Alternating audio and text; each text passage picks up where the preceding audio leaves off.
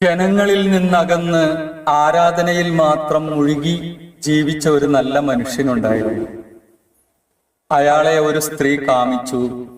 സാക്ഷി പറയാനെന്ന വ്യാജേന തന്റെ ഭൃത്യനെ അദ്ദേഹത്തെ കൂട്ടിക്കൊണ്ടുവരുവാനായി അവൾ പറഞ്ഞയച്ചു.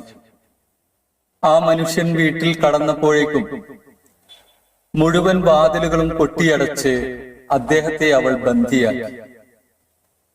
അവിടെ അവളും ഒരു ബാലനും ഒരു കപ്പ് മദ്യവുമാണ് ഉണ്ടായത്.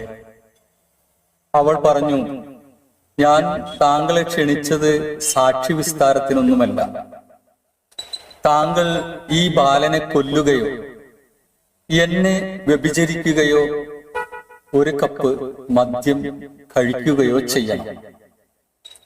നിരസിച്ചാൽ ഞാൻ താങ്കളെ വഷളാക്കും. ഏതെങ്കിലും ഒരു തിന്മ അനിവാര്യമാണെന്ന്